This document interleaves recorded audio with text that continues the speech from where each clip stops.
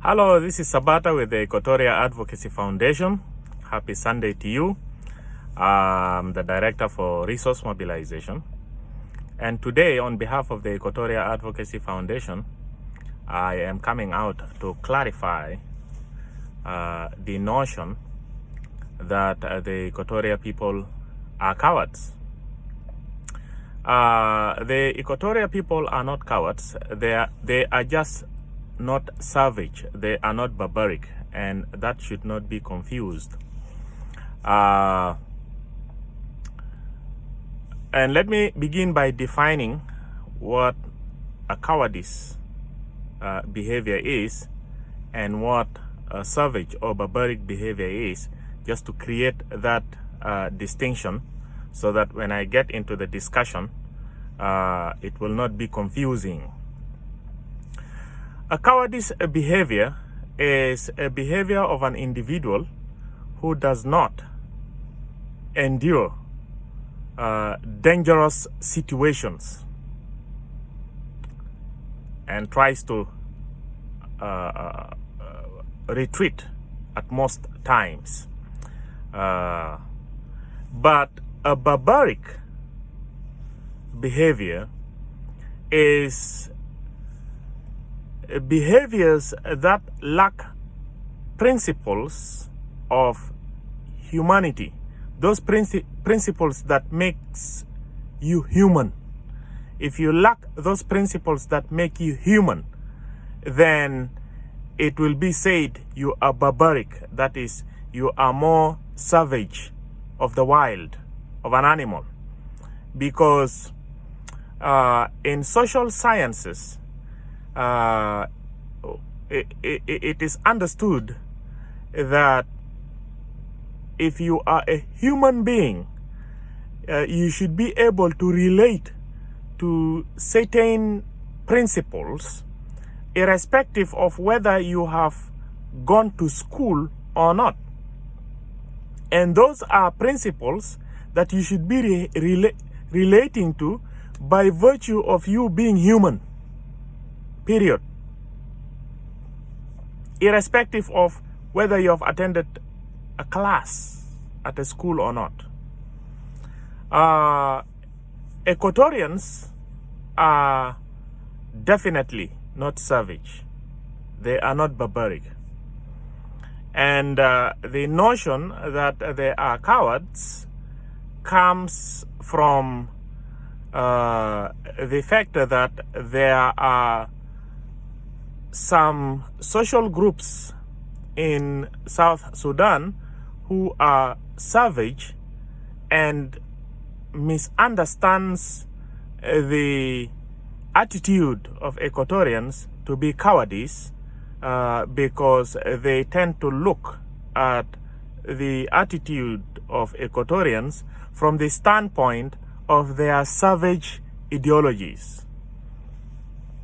Now let me get into this discussion.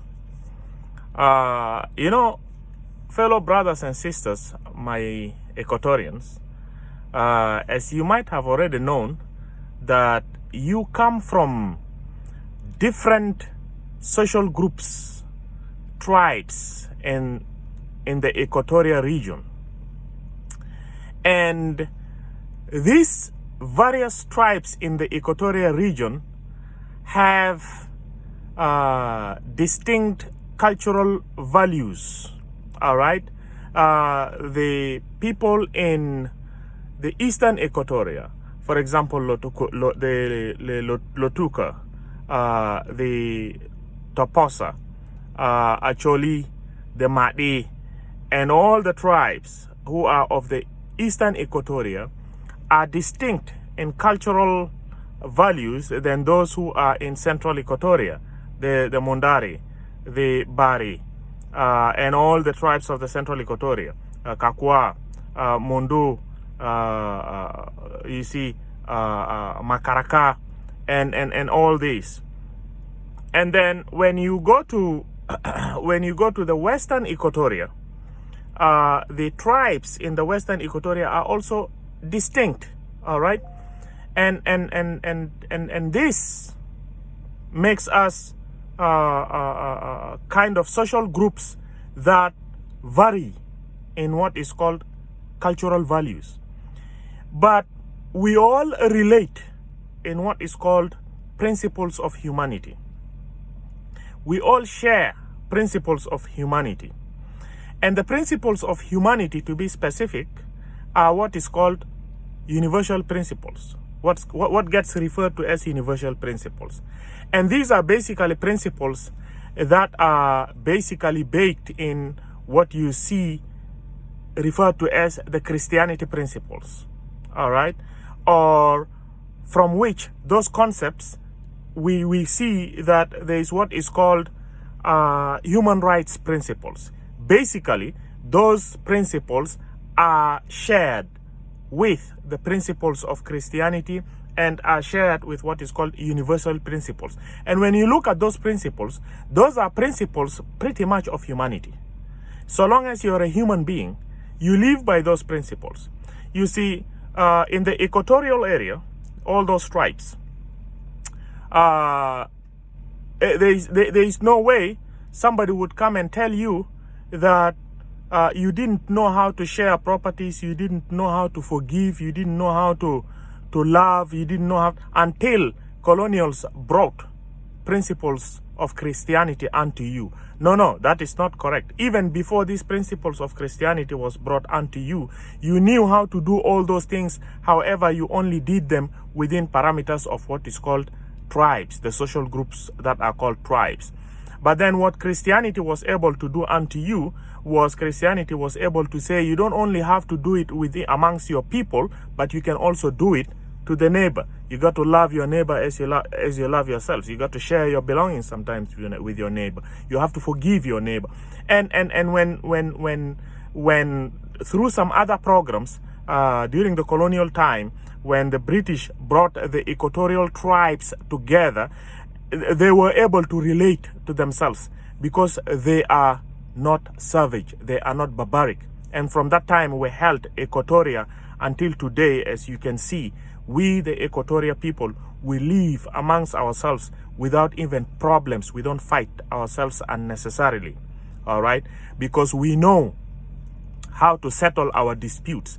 You can imagine we have tribes like the Mondari, the Bari, and even some Pojulu kept cattle, some Kakwa kept cattle. We have tribes that kept cattle, but they know how to live along with tribes who are purely agriculturalists and practices agriculture for their economic survival, and never had problems, or at least knew how to solve our problems. We didn't need a state to be established in order to coordinate our lives and harmonize us. No, we knew how to coordinate our lives, all right, through what is called customary laws. Customary laws basically held us together, and if there are disputes with people from other group who hold customary laws that are distinct, we knew how to relate and kind of come into what is called common, common understanding, and figured out how to solve our problems.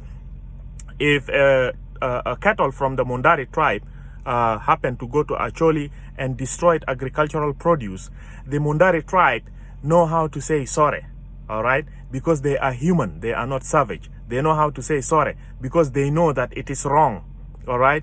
In the Christianity principle, wrong is sin, all right. It is sinful to have your livestock go and destroy agricultural product of another person. So because you know that the sin came from your side, then you call for forgiveness. Sorry in Christianity means you are saying forgive me, all right. So we lived by those principles sometimes back, because we are not savage, we are not barbaric, and that gets sometimes taken out of it gets misconstrued and gets understood by some other wild as though we are cowards. No, we are not cowards. In the history of South Sudan, we the Equatorians are the ones who first demanded for what is called the independence of South Sudan. We did it through a revolutionary war, the Anyanya, and led it and settled for an autonomy in 1972. So we are not cowards, all right? You people know that you are not cowards, and also remember that you are not savage, all right? You are not wild. You are more human than living by the principle of the wild. This is important, and because of that, dear brothers and sisters who are Equatorians, it is very important to protect those principles. There are very many or 1,000 reasons why protecting those principles are very important. It will be a waste for people who are like us down the road, gets then marginalized by some principles of the savage, and later on gets pushed out of our territory. And now I'm talking about ethnocide here. We shouldn't lay down to what is called ethnocide. We should be able to rise up and kind of protect the principles that we have always lived by, the principles that other groups should actually basically embrace, because in the 21st century, we should be progressive. People should be progressing. People should be moving forward, not regressing, you see. And we have always progressed as far as socio-cultural aspect. We have always progressed with the Equatorians, and we should protect those principles very, very strictly. And one of the evidence that we are progressive as far as socio-cultural aspects of our lives is concerned is that when you look at we the Equatorians, as we interact with ourselves, we don't tend to look at ourselves along tribal lines so much. Even those who have actually been brought up deep down in villages and have not even seen Juba, and ended up in, let me say, refugee settlement places and then got resettled to the West, still come to the West and at least embrace those principles that Equatorians who have lived in the capital, in Juba, in metropolitan cities where they have always been intermingled with other tribes. They embrace those principles and are able to connect with Equatorians from other tribes normally. And you have even gone as far as even trying to connect with tribes outside the equatorial boundary. All right, even though I know that you're finding it very hard to connect with generally, and I'm saying generally, people who are not Equatorians, and I'm saying generally because there are some good ones. There are those who can relate. I have so many friends who are not Equatorians. I have friends from, especially from the Dinka, who are very hard to interact with. I have friends from them. I have friends from the Nuer. Okay, I have friends from the Shuluk. I have friends from the Faratit group. And of course, not all these tribes that I've just mentioned right now are very hard to interact with. There are some groups, you know, and I'm speaking to you Equatorians. You know who those groups are. I don't have even to mention them here. So what I'm saying is, it is very important that you guys protect those principles that you guys have, and let us stand up to go against marginalization of Equatoria. Equatoria is and should remain the example of progressive society in South Sudan. We are a progressive society. If we end up getting marginalized, then there is no way in South Sudan progressive way of life as far as socio-cultural aspect could be exhibited. It is amongst Equatorians, and for that reason, Equatorians have very good reason not to back down to some savage principles that if marginalizes Equatoria or pushes Equatoria out of their territories and marginalize the few that will be left, that will be very disastrous, and God will not even forgive we the Equatorians.